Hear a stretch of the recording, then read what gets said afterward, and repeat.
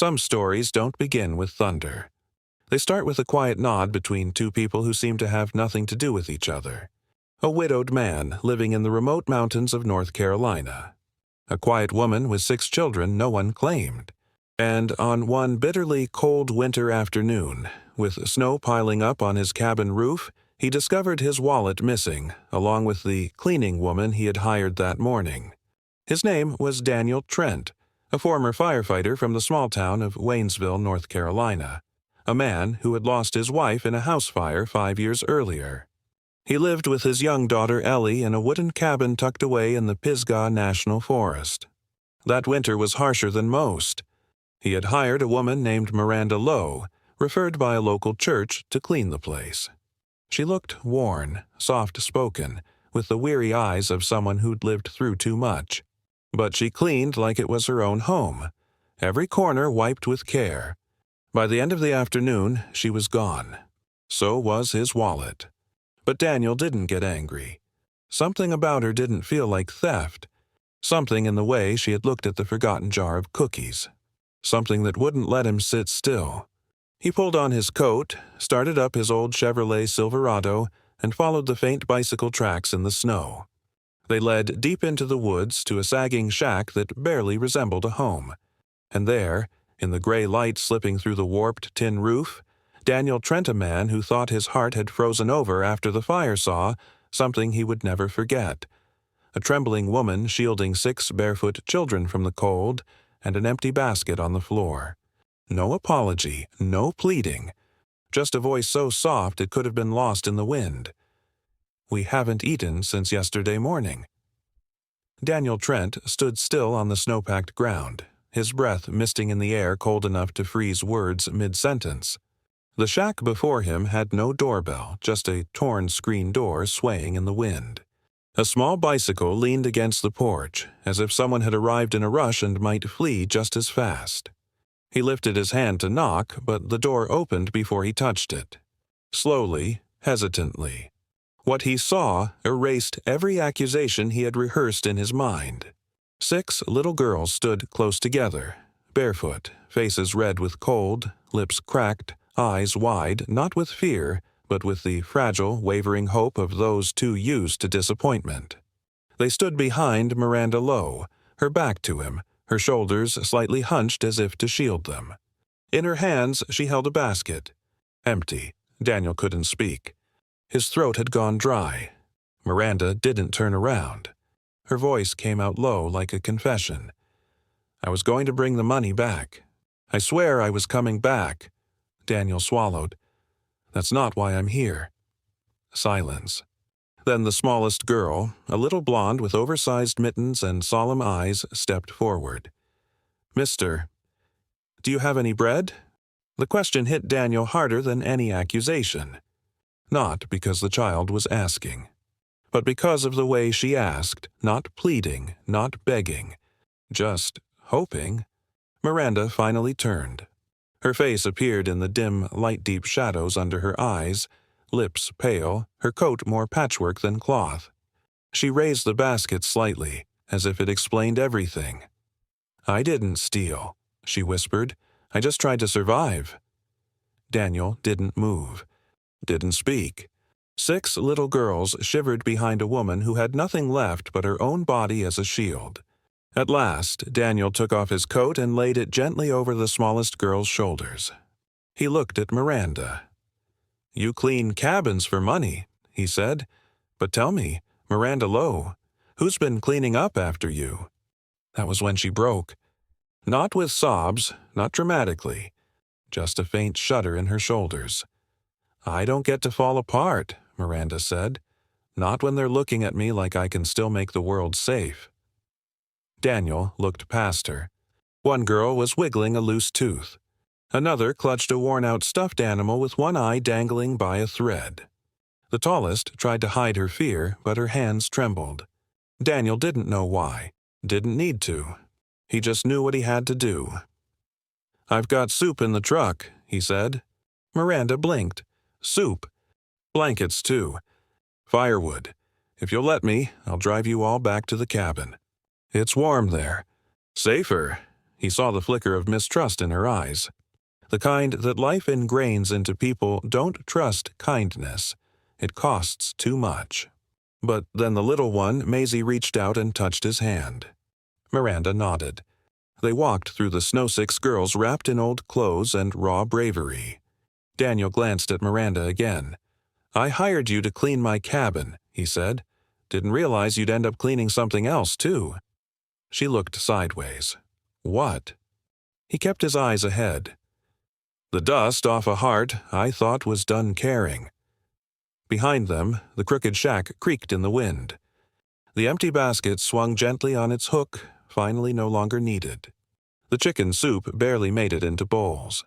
Daniel poured it straight into a handful of old paper cups he kept in the glove box. 6 little girls sat around the fireplace, steam curling from the tips of their noses, their small hands cradling each cup like treasure. Gentle slurps echoed in the quiet, broken only by the crackling fire. No one spoke, not because they had nothing to say, but because this meal meant too much to waste a single breath. Miranda sat near the hearth, back straight, legs folded neatly beneath her. She hadn't eaten. Daniel noticed. It wasn't that she wasn't hungry, but her eyes never left the girls. She counted spoonfuls, wiped little chins, tucked strands of hair back behind ears.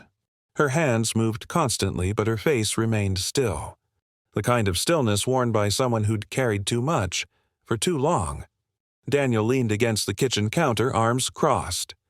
He said nothing. Years of firefighting had taught him that sometimes silence speaks louder than any words.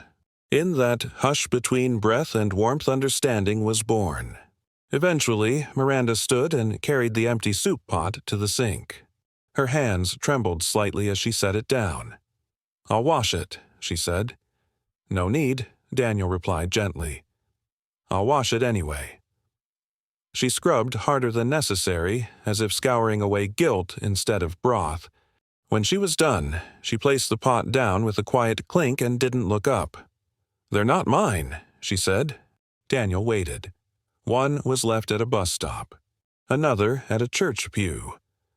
One I found sleeping behind a gas station dumpster. Her voice was even, but Daniel could hear the storm beneath. "I didn't mean to collect them. I just couldn't walk away." She finally looked at him, her eyes unwavering. "I know what this looks like. A woman with no job, no address, squatting in a shack that should have collapsed 10 years ago, hoarding children like stolen treasure." Daniel clenched his jaw. Not from anger, from the weight of her truth. "You're not hoarding them," he said. "You're saving them." Miranda let out a single bitter laugh. "You sound like someone who still believes the world is fair." "I don't," he said slowly. "I used to. Back when I thought people couldn't just disappear in plain sight. Before I knew that sometimes the worst burns are the ones no one sees." She stared at him. "You were a firefighter." "Yeah. How long?" "Long enough to know. Some fires don't go out." She said nothing. Daniel stepped away from the counter and walked to the window. Snow still fell gently outside, the kind of snowfall that made time slow down. He didn't tell her everything. Not yet. Not about the house fire that took his wife while he was on a call. Not about how his daughter, Ellie, had watched from a neighbor's porch as their world collapsed. He wasn't ready, but he wanted Miranda to know. He understood more than she realized. "You could have run," he said, "taken the money, disappeared." "I was going to," she admitted, "but you didn't." She looked down. Maisie said she had a dream, that we'd find a man with kind eyes in a wood cabin and he'd give us soup and let us stay. Daniel chuckled softly. "Sounds like she reads too many fairy tales." "She can't read," Miranda said quietly. Silence, then footsteps from the hallway. Ellie, Daniel's daughter, stood in the doorway, arms folded over her chest, pillow lines still on her cheek. "Who are they?" she asked softly. Daniel looked to Miranda. She gave him a small nod. "They're guests," he said. "For now. I'm not sure. Is Maisie okay?" She looked kind of pale. Daniel blinked. "You remember her name?" I gave her my blanket, Ellie replied. She said thank you, even with her eyes closed. Miranda's lips twitched. Not quite a smile, but almost. I'll get the mattresses, Daniel said, heading for the closet. Wait, Miranda followed. I'll help. You don't have to. You've done enough. I want to. That night, 6 little girls curled up in sleeping bags near the fire. Ellie slept in her room with the door ajar. Daniel sat on the porch with a mug of cold coffee. Miranda joined him, wearing one of his old flannel shirts over her patched coat. She didn't speak. He didn't look at her when he said, I didn't want this. I know. But maybe it's what I needed. She said nothing. But when he offered her the last sip of coffee, she took it, no hesitation. And for the first time in years, Daniel didn't feel like he was living inside the charred frame of a life. Something had shifted, like embers under ash, waiting to catch. The next morning, Daniel didn't wake to an alarm. He woke to the smell of bread, yeast, melting butter, and something that smelled an awful lot like hope. He rolled off the worn leather couch, his lower back aching as always, and shuffled toward the kitchen. But what he saw made him stop at the doorway. Miranda stood at the counter, sleeves rolled, hair tied loosely back, her arms and cheekbones dusted in flour. 6 little girls gathered around her, 5 on the ground, one standing atop a wooden crate to reach the bowl. Dough lay scattered across the counter, shaped into all sorts of imperfect rounds. The kitchen looked like a flour bomb had gone off. No one seemed to mind. You let them cook? Daniel asked, eyeing the mess. Supervised chaos, Miranda replied, not looking up. They need something to do. And they need to feel useful. They're kids. So was I when I learned to knead bread with my grandmother, she said, her voice softening. Sometimes when you feel small, doing something useful makes you feel human again. Daniel looked around. One girl was humming. Another carefully shaped her dough into a bunny. Sadie, the oldest, was trying not to cry over a stubborn lump that refused to rise. Want to help? Maisie asked, holding out a small ball of dough. I haven't baked since high school home EC, and I failed that class. Maisie giggled. Ruby says I have the strongest hands. Then let's see what you've got, Daniel smiled, rolling up his sleeves and stepping into the circle of tiny hands and flour clouds. An hour later, the bread was in the oven.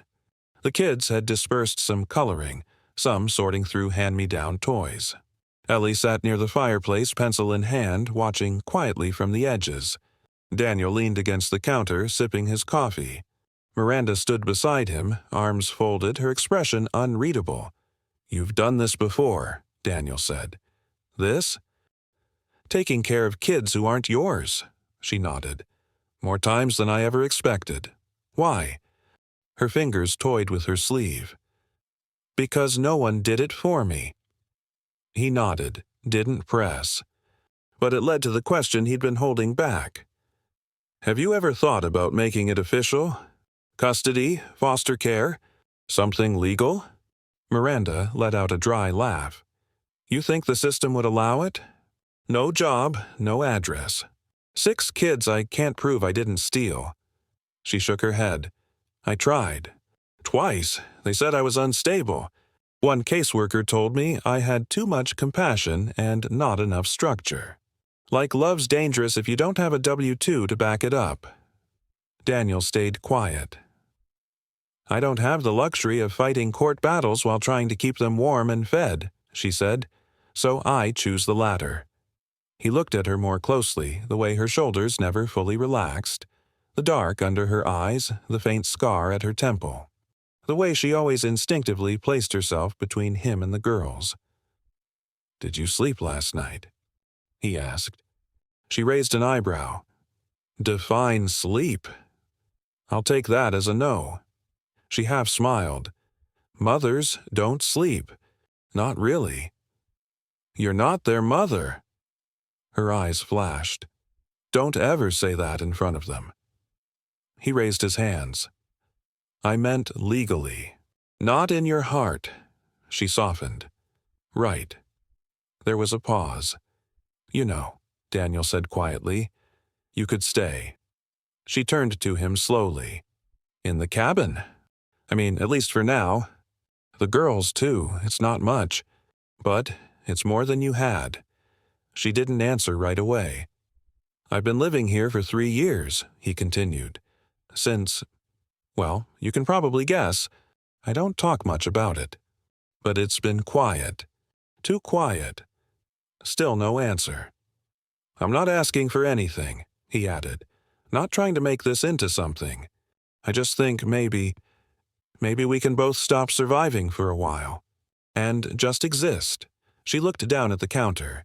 Just then, Maisie ran in, waving a drawing. "Look, it's all of us. I drew Ruby and me and the girls and Ellie and Mr. Daniel. We're all sitting at the same table."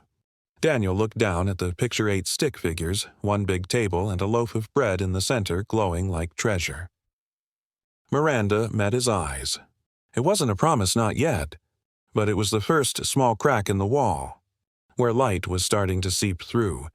That afternoon, while the kids were outside building snow forts and screaming like winter was a holiday, Daniel climbed onto a wooden chair to reach an old thermos tucked in the highest cabinet above the fridge.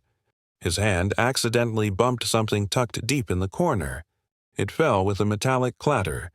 He caught it just before it hit the floor, a dented tin box, scratched and worn, with no lock, no label.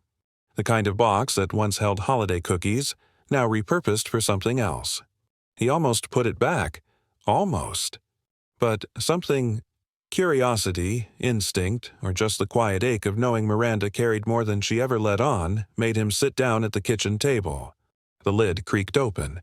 Inside were dozens of notes written on old receipts, napkins, notebook paper, even the back of faded greeting cards. All were dated, and everyone began the same. "Dear Mom," Daniel's breath caught. He unfolded the first one. "Dear Mom, today I found a girl named Laya. She has burn scars on her back. She still says thank you when I give her a blanket." She didn't cry. But I did. He reached for another. "Dear Mom, I couldn't sleep again. Maisie keeps coughing and the shelter ran out of medicine. I miss your hands. They always knew what to do. I wish I were more like you. Maybe I am, and that's why I can't walk away." The third was written on the back of a paper plate. "Dear Mom, I'm so tired. But they're still looking at me like I have answers. Like I'm not making this up as I go. I wish you were here. I wish I wasn't so scared. I don't even know if I'm doing the right thing. But I'm trying. I swear I'm trying." By the fourth, Daniel stopped reading. He leaned back in his chair, his hand resting gently on the box. He knew pain losing his wife had branded it into his bones, but this was something else.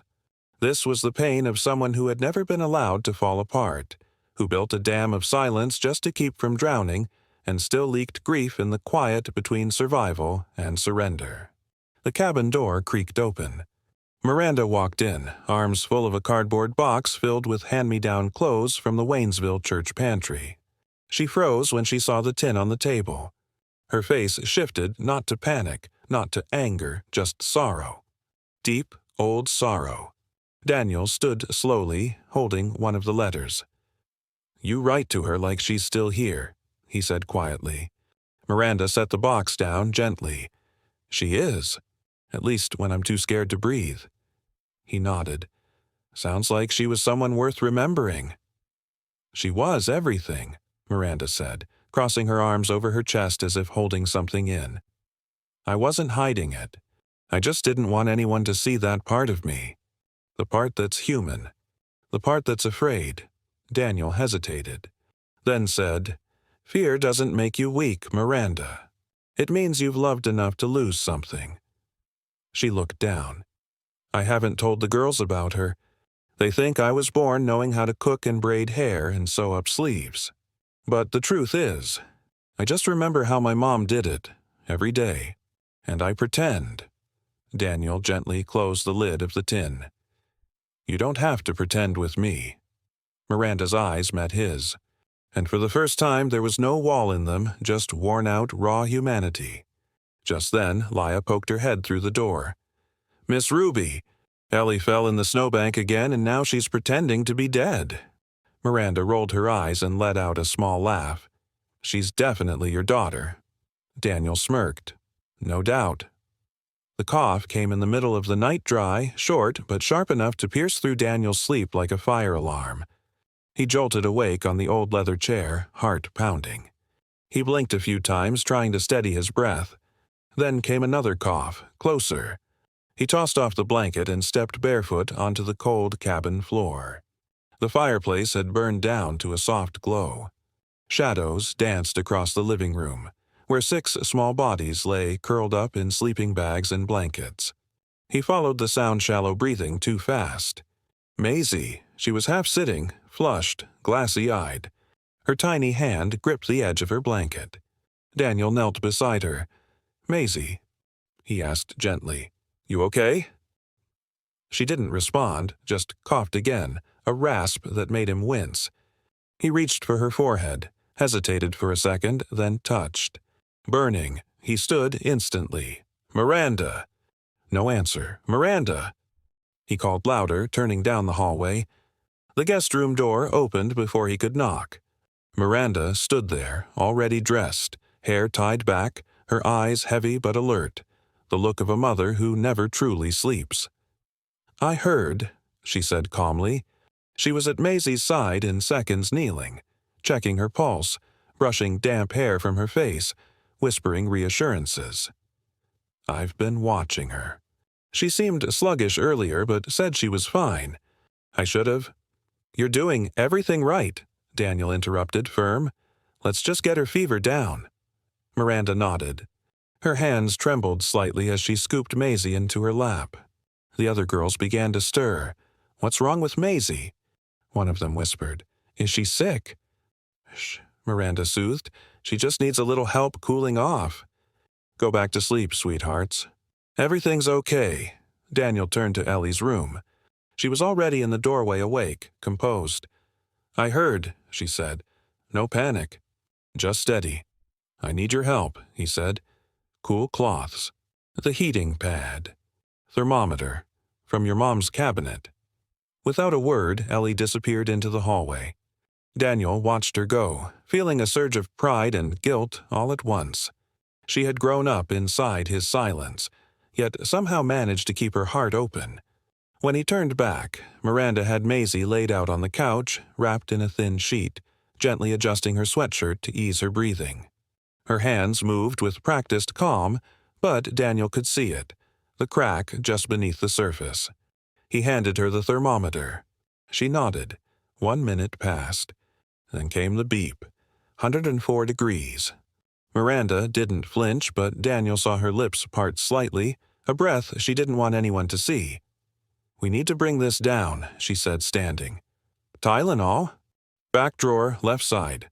She was already gone before he finished the sentence. Maisie whimpered. Daniel knelt again. "Hey, little warrior," he whispered. "We're right here, okay? You're not alone." Her eyes fluttered open, unfocused. Is Ruby mad at me?" she whispered. His throat tightened. "No, sweetheart. She's just scared. That means she loves you." Maisie nodded faintly, then closed her eyes again. 30 minutes passed. The cloths had cooled. The medicine was working.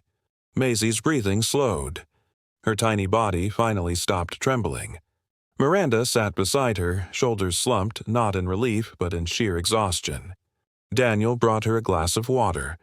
She stared at it for a second, then took it with both hands like it might break. "Thank you," she murmured, her voice barely above a breath. "You okay?" She nodded too quickly. "You're lying," Daniel said. She didn't answer. He sat across from her, elbows on his knees. "I've been here," he said quietly. "Too many nights beside a hospital bed. Too many times holding my breath for someone else's heartbeat." She looked up at him. "My wife," he said. "Stomach cancer. Diagnosed too late. 1 year, start to finish. Ellie was 6. I'm sorry. So am I." Silence hung between them. Miranda's eyes stared into the fire. I lost a little girl once, she said, volunteering near the border. Her name was Anna, 6 years old, came in with a fever like this. But we had no meds. Daniel's heart sank. She died in my arms, Miranda continued, still looking at me like I had magic, like I promised something just by being there. She took a slow, shaky breath. That's why I couldn't leave Maisie in that alley, or Laya in the pew, or any of them, because every time I see Anna's face again, and I swear I won't lose another one. Daniel leaned forward. You didn't fail her.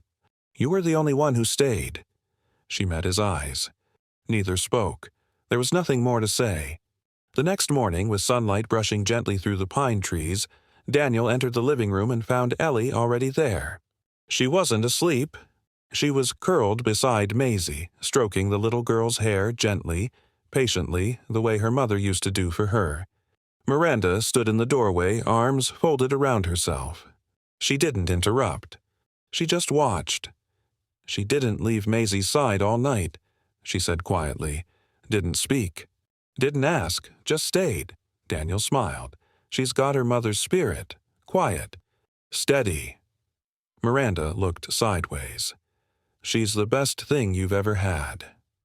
Daniel nodded. And you are the best thing I never thought I still deserved. There was a silence. Miranda turned away, not to avoid him, but to hold back the tears. Later that day, while the kids played in the snow, Daniel climbed into the loft for an old hot water bottle.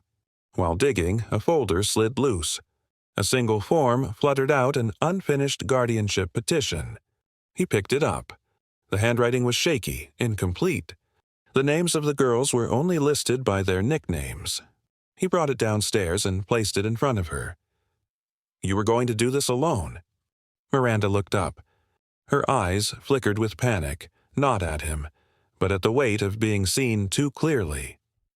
I didn't think anyone would co-sign. Daniel sat down. I will. She shook her head. If they find out you've been helping, you could be in trouble. Then I'll face it. Why? He didn't answer immediately. Instead, he reached out and placed his hand over hers, a gesture he hadn't allowed himself in years. Because since the day you walked into this place, it stopped being just a cabin. It became a home. 3 days later, a black government car rolled up the gravel drive. A man in a navy windbreaker stepped out, clipboard in hand. Clean cut, glasses perched on his nose, formal but not threatening. Still, his presence made the air tighten. Daniel stood from the porch bench and stepped forward. Miranda saw him from the window. Her face went pale. She knew this kind of visit not one that offered help, but one that counted, questioned, and sometimes separated. Ron Peterson, the man said, offering a handshake. County Family Services, Haywood County. We received a report of an unregistered foster situation in this area. Daniel didn't flinch. Daniel Trent. Mind if I come in? Inside, Miranda sat on the edge of the armchair, back straight, hands clenched. Daniel stood nearby, shoulder to shoulder. The children had been moved to Ellie's room. They didn't need to hear what might unravel their world again. You're currently living here with 6 minors who are not biologically related to you, Peterson asked. Yes, Miranda replied. No legal guardianship? No. No active applications? She swallowed. No, sir. Medical records? School enrollment? Immunizations? Miranda's voice wavered.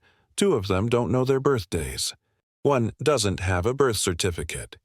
Laya hasn't seen a doctor since she was 4. Her mom was too afraid of losing her. I found Maisie in a dumpster behind a grocery store. Peterson jotted notes. Not fast, not slow. Daniel stepped in. These kids aren't being hidden. They're being protected.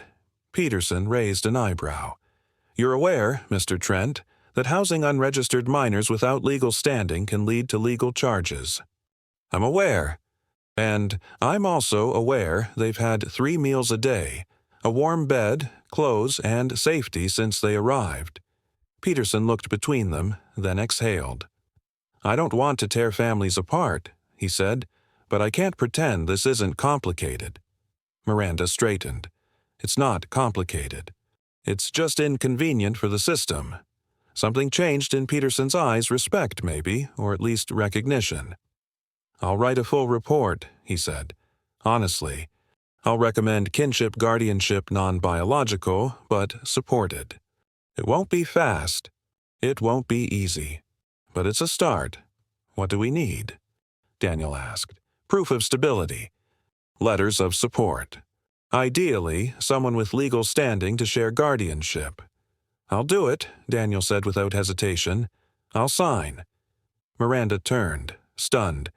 Daniel. But he kept his eyes on Peterson. She may not be my legal family, but I'll make her one. Peterson stood, nodding slowly. You two have something rare. Don't lose it in the paperwork. When the door shut, Miranda collapsed into the chair, hands trembling. Daniel crossed the room and knelt beside her. You didn't have to do that, she whispered. Yes, I did. You could get in trouble. Then I will. Why? He didn't speak right away. He just held her hands tighter. Because somewhere between soup and snow angels, you stopped being a guest. You became the reason this place feels alive again. Her eyes brimmed. He added softly, like a flame catching in the quiet. And because I'm done letting other people decide who gets to be called family. Light rain began to fall as they left the Haywood County Courthouse, Daniel holding an old umbrella that barely covered the two of them. Everything that morning had gone as scheduled, by the book, but nothing about it felt ordinary. Miranda sat on a worn wooden bench inside the small courtroom, clutching the guardianship form. Daniel was beside her, saying nothing, just present as always. 6 names had been filled into the blank lines beneath the heading, Children to be placed under legal guardianship. One final line remained. Ruby Miranda Lowe, legal guardian. Her real name, her real signature, just one line of ink. But to her, it felt like a line dividing freedom and responsibility, fear and the choice to stay. Her fingers hovered over the pen, unmoving. The room was still. An old analog clock ticked. A crooked poster about kinship care hung near the window. The air smelled of paper, antiseptic, and broken promises. Daniel didn't speak. He didn't rush. He was just there. I'm sorry, Miranda whispered. There's nothing to be sorry for, he replied, never looking away. She looked down again, his name beside hers. Below, the names of 6 children who had trusted her without needing any proof. This signature, she said, it makes it real. No exit if I fail. Daniel leaned closer. You've already been real for a long time, Miranda. The paperwork's just catching up. She exhaled, slow and deep. When I was little, my mom used to write my name inside my coat with a Sharpie. In case you ever get lost, she said, someone will know where you belong. Her eyes shimmered. I've spent most of my adult life afraid someone would write my name, not to find me, but to label me. As the woman who thought love was enough, and failed anyway. Daniel sat straighter and tapped the blank line gently. You don't sign this for the court. Not for me, not even for the girls. You sign it if, and only if you believe you deserve to stay. For the first time, Miranda looked up at him without walls.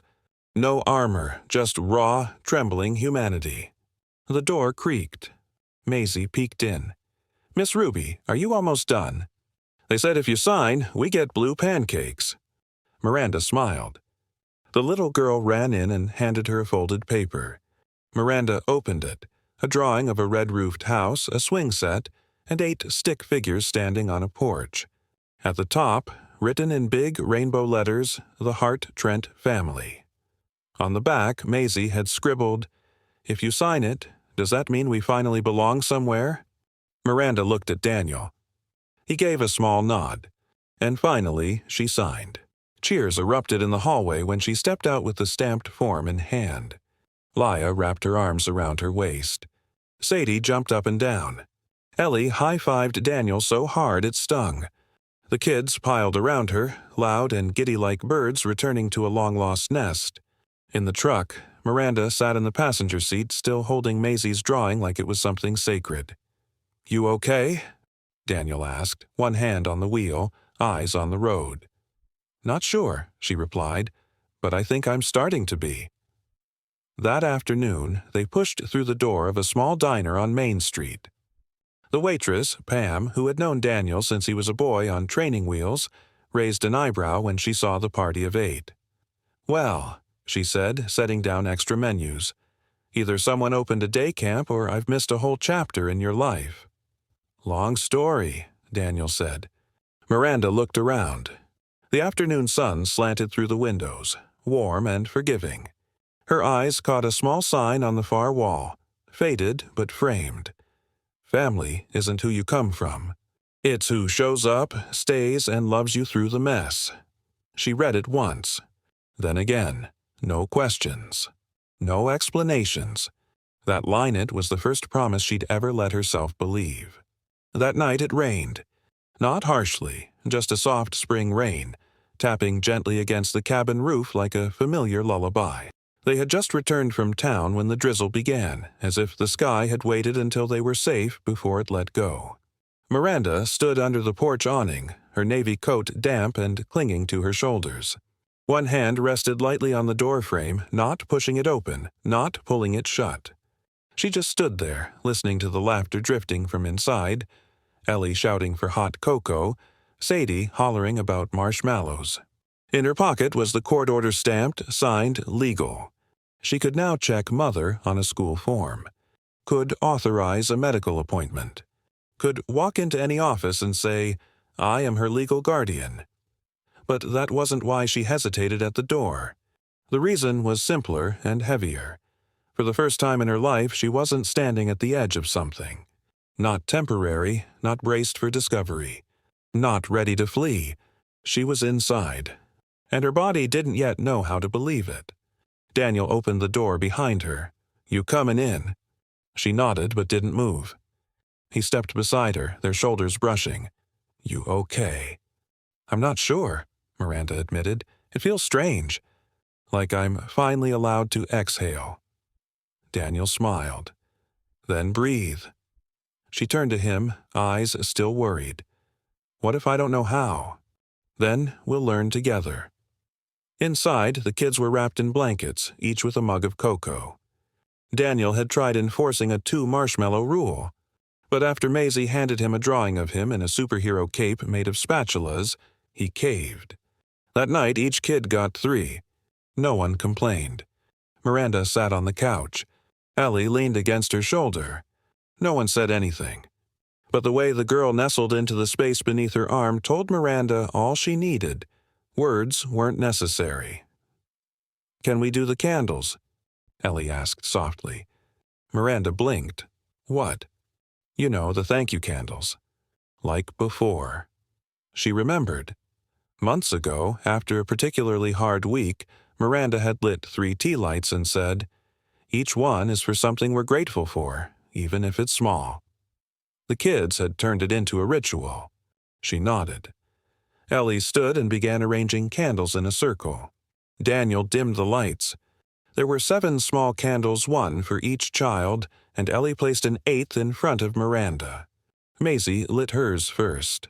"I'm thankful for blueberry eye pancakes," she declared proudly. Laya giggled. "I'm thankful we don't have to pack our stuff every week anymore." Sadie muttered, "I'm thankful Ruby doesn't snore like Uncle Terry." The room burst into laughter. Ellie looked at Miranda. "I'm thankful my dad smiles again." Daniel's throat tightened, but he said nothing. Miranda took a match. Her hand trembled slightly, but she lit her candle. "I'm thankful," she said slowly, "that I didn't run." The flame flared up small but steady. Daniel lit his. He looked around the Circle 6 girls who had once been strangers, now the heartbeat of this home, and the woman who had brought them all together by nothing but grit and love. "And I'm thankful," he said, voice soft, "that family isn't something you find. It's something you choose." Later that night, long after bedtime, Daniel stood on the porch again. Miranda stepped out beside him, wrapped in a blanket. The rain had stopped. The air was cool and clean. The breeze smelled like pine and new earth. "You think they'll remember this?" Miranda asked. Daniel thought a moment. "I think they'll remember the smell of hot cocoa, the sound of their names called kindly, the way your hands braid their hair without pulling, the loud breakfasts, the quiet dinners, and the feeling of not having to leave any more." She leaned into his shoulder. "And you?" she asked. "I'll remember the day I came home to a cabin full of strangers and realized they were the part of me I didn't know I was missing." She chuckled. "Sounds like something out of a movie. I always liked a good ending." "Maybe this isn't the ending," she said, eyes glinting. "Maybe it's the part where the story begins again, just with more people in it." Daniel nodded. "I like that version better." Inside, 8 candles flickered, one for each name, each heart. Outside, the stars didn't shine brighter than usual, but somehow they felt closer. The wooden table in the cabin had always been old uneven, with a small burn mark in one corner. Ellie once said it looked like a sleeping bear. Maisie had spilled grape juice on it twice. Laya had drawn a sun in yellow crayon near the edge, and no one had the heart to scrub it off. But today, it looked different. A white linen cloth draped over the top knot ironed, not perfect, but proud. Wildflowers that Sadie and Miranda had picked at sunrise sat in mason jars like tiny explosions of color. The plates were mismatched, the napkins uneven. But it was full of life. And in the center, a warm, golden braid of fresh-baked bread. Daniel stepped back and took it in. It wasn't flawless, but it was alive. "Not bad," he murmured. "You forgot to button your collar," Miranda said behind him, tying Maisie's bow for the 3rd time. Daniel grinned. "Rebellion keeps me young." Miranda rolled her eyes but smiled. She wore a soft denim dress and a cream cardigan with a tiny tear at the sleeve. Her hair was loosely pinned back, a few strands dancing in the breeze. The girls were a whirlwind of color braids, ribbons, scuffed shoes, and Sunday dresses that had seen better days. Ellie had taken charge of organizing the ceremony, as she called it, with the stern focus of a young judge. Miranda gathered the girls into a half-circle beneath the pine trees behind the cabin. A wooden sign dangled from a branch above, painted the night before by Ellie in crooked brush strokes. "Our forever day." Miranda stepped forward, holding something framed in hand. It was Maisie's old drawing, the one of all 8 of them at the table with the words, "The Hart Trent family," scribbled at the top.